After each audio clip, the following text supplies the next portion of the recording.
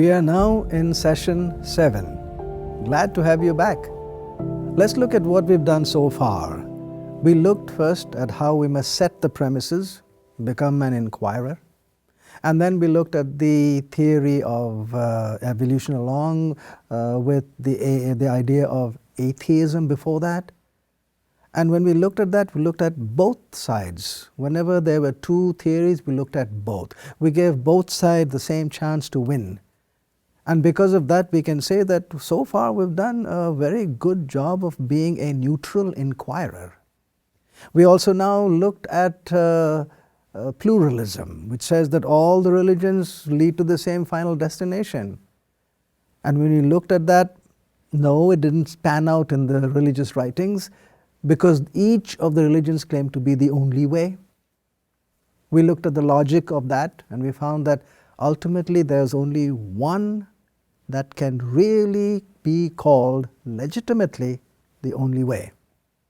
We also said that we could not compare the doctrines, the tenets of beliefs, the philosophies. We had to put something else onto them to help us make that choice. And so I said we'd look at the stories. We also said that there's a way in which we would look at it in not looking for the superiority, but for something else, uniqueness. So let's remind ourselves about the marbles. I said if there was only one correct marble, one correct colored marble, and I had 4 purples, 3 blues, 2 green, and 1 red marble in my hand, which would be the correct colored marble? The red, because that was the only one that was red. Similarly now, when we look at the para-religious factors, the history part of it, we are looking for the correct colored marble, the red one, the one that is so different from all the others. So now, we're going to ask the questions regarding those factors, not the religious beliefs, not the doctrines, not those philosophies, but the story and those para-religious factors. The first question, we're going to ask quite a few as we go through the next few sessions. The first question is, what kind of a writing is that scripture? By the way, we are going to look at 5 major world religions: Hinduism, Islam, Buddhism, Christianity, and Judaism. Each of them has a founder, except Hinduism, which does not have a founder, but all of them have writings, which are called the basic writings of that religion. So the question now is, what kind of writing is that scripture? Ancient writing is divided into 4: folklore or folk tale, legend, myth, or historical. What do we mean by these words? A folk tale? There is no attempt to state a real or true story. The main intent is to be interesting and bring out a lesson or a moral. In other words, we know that the story is not really true, and so the wind can give you a nice secret, or the sun can smile at you, or the animals can meet in a big committee meeting. They know it's not true. They are making it up so that they can tell us a lesson or a moral from that. So a folk tale, the story itself is not true. When it comes to a legend, it is probably based on a real true story. But here's what makes it a legend. Changes come in little by little until what is ordinary becomes extraordinary. What is human becomes superhuman. And these changes begin usually generations after the event, when there is no longer any witnesses to challenge the change. So the time period for making a legend is centuries. It's not right away. A legend is not made in the same generation as the event. Here's an example of how long it takes. This medallion, referring to something that was carved out about Gautama Buddha way back then. This medallion dates back certainly to the 2nd century BC. If we put the Buddha's nirvana or his death during the 5th century BC, then the artist who carved the medallion must have lived at a time when the memory of the Blessed One was still very fresh in the minds of the people. Can you see the span? 300 years and the memory is still fresh. In other words, you can't make too much of a change. And that is why we say legends are made generations after the event, and the time period is usually centuries. A myth is so far back in history that is generally accepted as somebody's imagination. The story is probably not true, the characters are probably fictitious, and they usually involve the supernatural world of gods and goddesses. And here the time frame is many centuries and even millennia. How about historical? Here the attempt is to state the story as it really was. No significant additions, no core changes, and we specifically use the word core because all ancient writings have changes. The question is, are they peripheral changes or are they changes that really shift the story out from its original form? And one more criterion, the closer to the event, the writing, the better it is, the more credible it is. In fact, of all of these four, folktale, legend, myth, historical, the historical is the best credited piece of ancient literature. Now look at those letters on the screen. EV means the event. Whenever there's an unusual event, the people make it into a story, because that's the only way they can pass it from the generation to the next and from that generation to the next. So when it's being passed, it is called the oral tradition. So from the event we get the oral tradition. Then after a few generations, some of them say we might forget some of the details, and so they agree to write it down. Somebody writes it down and then it becomes a written tradition, WT. So event to oral tradition to written tradition. Now we do not have any of the original manuscripts. All we have are copies. So now we want to ask, which is the earliest manuscript we have? Which is the earliest copy we have? That's called the EM. And you also notice a dash between those letters. The dash refers to the gaps. If the gaps are really wide, then the credibility of that piece of literature goes down. If the gaps are very close, then the credibility goes up. So let's look at now the writings themselves of these 5 great world religions to see how they fare when compared to the descriptions of these 4 types which we said. Hinduism, the Rig Veda is the earliest, and then the anthology, which is the Upanishads, and then the epic, big story, Ramayana, followed by the Mahabharata, in which is found the Bhagavad Gita, which everybody quotes and says that's the core of the Hindu thought. So the Bhagavad Gita is basically the baby of the traditional Hindu writings. Look at the statement regarding the Bhagavad Gita. Lord Krishna first spoke Bhagavad Gita to the sun god some hundreds of millions of years ago. There's no way anybody can check that out. The fact is, the story says it was lost to the human race and came back again at the battle of Kurukshetra at the beginning of the present era, the Hindu era, 3102 BC. But that also is 5,000 years ago. It is difficult to get back to check on the story, and that is why most scholars agree that the Hindu stories, these big ones like the Ramayana and the Mahabharata, are actually mythological in their core quality. And that's why the ultimate encyclopedia of mythology says Krishna, according to Hindu mythology, is an avatar or an incarnate of Vishnu, the preserver of the human universe. So, the Hindu writings, basically mythological, not wrong. We not discredit them, but we do state they are mythological. How about Buddhism? Here are 4 statements. The humanity of the Buddha is expressed by a Theravada monk. A Theravada monk is one who lived at the time of Gautama Buddha. And he said this: was he not born at Lumbini? Did he not complete existence at Kusinara? In other words, he was born here and he died here, just like anybody else. Sentence or statement 2, soon after the passing of the master, a change began to set in. How about the 3rd sentence? At the beginning of the Christian era, 400 to 500 years have now gone by. The transcendental nature, the superhuman nature of the Buddha became more and more pronounced, little by little, more and more. And statement 4, in one of the most important pieces of Mahayana literature, there is not much of the man left in the Buddha. Mahayana Buddhism came onto the scene about 700 to 1,000 years later. He is now, in this Mahayana literature, an exalted being who has lived for countless ages in the past and will continue to live forever. So it was written in the earliest writings that he was just an ordinary person who was born here and he died here. 700 to 1,000 years later, oh no, he was not born, he always lived.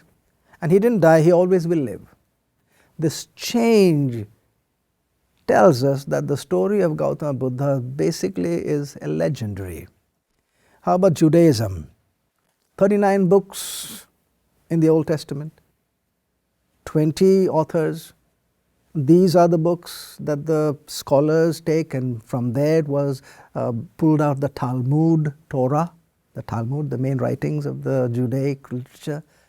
I could not classify all of them into a single one, so I left it unclassified. How about Islam? The Quran was put together by 652 CE, Common Era, same as AD, within 20 years of Muhammad's life. And the writing was confined to one generation. But Muhammad did not write it. He was supposed to be not so conversant with writing and reading. And he is the only one who is inspired in the Islamic tradition. Therefore, uninspired individuals wrote it out. Yeah, they may have got it from him, but they wrote it out. It was compiled twice. And after the second compilation of the Quran, it was done in the caliphate of Uthman. Uthman, now the leader, ordered all the manuscripts destroyed. So really difficult to go back now to check and see if the Quran really were the words of Muhammad. Because the only connection, or one of the big connections, is manuscripts, and the manuscripts are destroyed. But still, what we are dealing is with time period, and since it was early written compared to the event, historical. How about Christianity? The earliest manuscript is about 114 to 134 AD. The original manuscripts were within 20 to 50 years the life of Jesus, confined to one generation, and we do not find core changes. But do you know what the earliest Christian writing is? It is not in the Bible.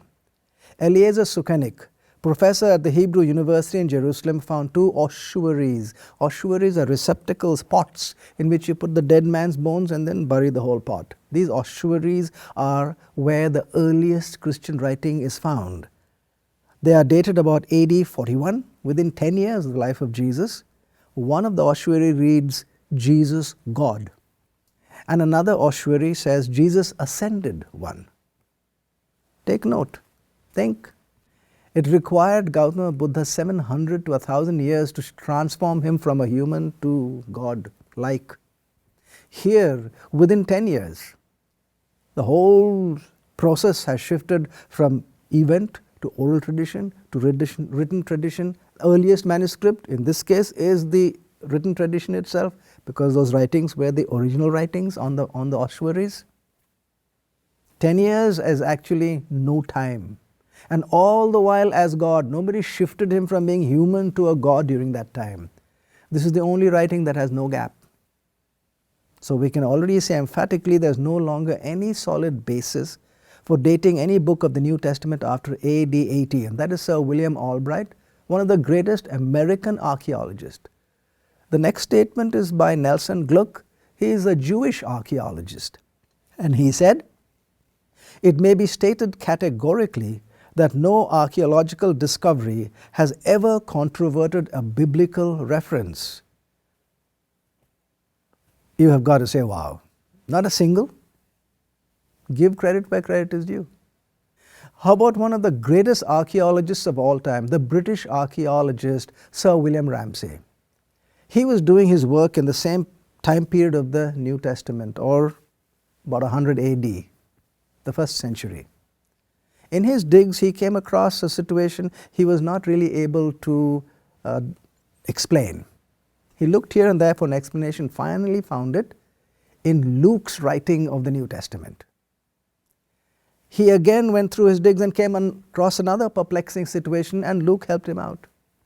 It went on and on for 30 years, and after 30 years, this is what Sir William Ramsay said about Luke. Luke's history is unsurpassed in respect of its trustworthiness. This author should be placed along with the very greatest of historians, not religious historians, very greatest of all the historians that have assembled themselves on planet Earth. This is what Norman Geisler said. In all, Luke names 32 countries, 54 cities, and 9 islands without a single error. Unusual.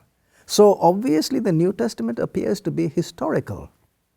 So I then compared with that with other books, writings that everyone acknowledges as historical from about the same time period. These Roman historians, for example, Caesar's Gallic Wars, Herodotus' History, and Tacitus' Annals. Now I want you to look at 3 factors here. Number 1, time gap. Number 2, the number of manuscripts that back the writing. And number 3, the proximity of the authors, or where were the authors who then wrote out the story regarding what happened, the event. So first, the gaps. Caesar's Gallic War was written in 100 BC, about then. The earliest manuscript is 900 AD, a gap of 1,000 years. Herodotus' History, a gap of 1,300 years. Tacitus' Annals, a gap of 1,000 years. In other words, no historian or any other person can vouch that anything was changed, added, deleted, or modified for 1,000 years. And yet they call it historical. So the gap is 1,000 years. Here in the New Testament, the gap is basically just 20 to 50 years. And if you look at the ossuary, the gap is less than 10 years. So if 1,000 years of a gap is historical, we should have no problem with 10 years. In fact, there is no gap at all. High up in its credibility. How about the number of manuscripts? Why do we look at the number of manuscripts? Because if there are just 2 or 3, say one in your house in this town, and I live in the same town, and one of the manuscripts in my house, and one is in the grocery store, and one in that library, then one night a few of us who don't like what is in, say, the 3rd or 4th paragraph in that page, we don't like it, they want to change it, we go to all the manuscripts and we change it, and in the morning nobody knows it is changed, but it has been corrupted. Because all of them have been changed the same way. There's no way to decide whether it was corrupted or not.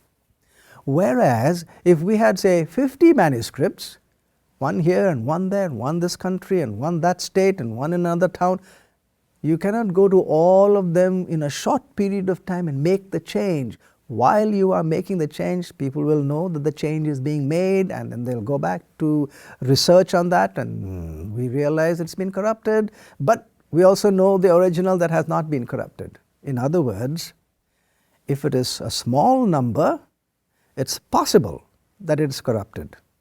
Whereas if it's a large number, then the charge of corruption goes down. Because if they all say the same thing, it is hard to imagine anybody going and doing the same thing in all the writings. So the number of manuscripts. Caesar's Gallic War is backed by 10 manuscripts worldwide. Herodotus' History by 8 manuscripts worldwide. Tacitus' Annals by 20 manuscripts worldwide. The top of Greek literature is Homer's Iliad. Homer's Iliad is backed by 643 manuscripts. Now you can almost say, wow, because these numbers are so small, 8 and 20, and that Homer's Iliad is 643. Now suppose I tell you that the New Testament is backed by 686 manuscripts. Would you give credit where credit is due? I hope you would. But really, what is the number? Do you know the New Testament is backed by 5,686 manuscripts, and they are just the Greek manuscripts. If you add the Armenian and the Arabic and the Egyptian, which is the Coptic, and all the rest of them put together, do you know how many manuscripts back the New Testament? 24,900. Look at the number. Look at 10 and 20 and look at 24,900. So in that factor too, the New Testament really is amazing, impressive. How about where the authors were? Where were these authors? Were they close by or were they distant? Distant maybe in geographical location, maybe in the next continent. Well, then the credibility goes down a bit. Maybe separated by a few generations, again the credibility will go down. Whereas if they were close by, the credibility rises. Now, if you look at all the historical writings of that day, there is hardly any writing in which the author was very, very close to the event. But look at these statements of the authors of the New Testament. Peter, who is an author, he says, "We did not follow fables, but were eyewitnesses." They were right there. Same as John. In the next statement, John says that from that hour, that disciple, meaning himself, John, took her, meaning Mary, to his own home. So John is writing about himself. How about Luke? He says, when we sailed over the sea, when we came to Myra, he's right there. So are these authors far away or close by? They're not just close by. They are part of the story. And you cannot get any closer than inside. Can you see the credibility then of this piece of literature? Therefore, in real terms, says Ravi Zacharias, the New Testament is easily the best attested ancient writing. In terms of the sheer number of documents, the time span between the events and the document, and the variety of documents available to sustain or contradict it, there is nothing in ancient manuscript evidence to match such textual availability and integrity. How about the statement by Sir Frederick Kenyon? He looked at all of these factors again, just like we did now. And this is what he says: no other ancient book has anything like such early and plentiful testimony to its text, and no unbiased scholar would deny that the text that has come down to us is substantially sound. Now that is saying something, isn't it? And here's a statement by F.J.A. Hort. In the variety and fullness of the evidence on which it rests, the text of the New Testament stands absolutely and unapproachably alone among ancient prose writings. Not ancient prose religious writings, among all ancient writings. In other words, look at the unstructured writings of the Mayans and the Sumerians, and the somewhat structured writings of the Egyptians and the Assyrians and the Babylonians, and then the more structured writings of the Chinese and the Indian and the Greek and the Roman. And you put them all on a table at a level plane. This New Testament will rise up as the best attested historical piece of literature in the world, based on the features of that which makes it historical, and historical increased credibility. That is what we are looking at. So some people say, oh, I don't think that I can agree to what's written inside there because it sounds mythological. Yes, it does. But the features of the writing are clearly historical. In other words, its historicity is so strong that this is what John Warwick Montgomery said. To be skeptical of the resultant text of the New Testament books is to allow all of classical antiquity to slip into obscurity, for no document of the ancient period are as well attested bibliographically as the New Testament. Do you know the import of those words? In other words, this is what he's saying. If you look at the New Testament and say, I'm not sure if I'd like it, I want to set it aside, and if you do set it aside, then you will have to set aside all the other historical writings of that ancient period. because all of the others do not match the credibility of the New Testament. This has the highest credibility. So if we discard it, well, then we will not be able to talk about the pharaohs or the Chinese dynasties or Babylon or Cyrus the Great or Alexander the Great or Caesar Augustus or Julius Caesar, any one of them. All of them have to be shifted off into obscurity. This seems to be the standard. Now it's amazing because it's a religious writing. And people sometimes differentiate between a religious writing and secular history. They call it religious history and secular history. But friend, actually there is no difference between religious history and secular history. If it's historical, it's just plain historical. There is no difference between those two categories. Look at what we've seen. And look at the factors that we have placed into consideration. We've looked at not just 1, 2, 3, 4, 5 factors. And when you look at all of them, compared all the religious writings, the New Testament is not just historical, solidly, but the best attested historical piece of literature in the world. Do you think it is like unique? Like it is colored red? So while the Quran and the New Testament are historical in nature, according to the criteria we applied, the New Testament clearly has the highest credibility and integrity of text. Probably a red marble. If you have enjoyed this presentation with Dr. Subodh Pandit and wish to watch more of this unique 13-part series for free online, visit the website godfactorfiction.com. That's godfactorfiction.com. If you would like to order this fascinating series on DVD, it is now available from Whitehorse Media. To order from within the U.S., call 1-800-782-4253. Dr. Subodh Pandit has written 2 eye-opening books entitled Come Search With Me, Does God Really Exist?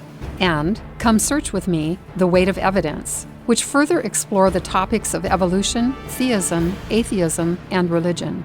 To order these books from within the U.S., call 1-800-782-4253. If you live outside the U.S., you may also easily order them on Amazon.com.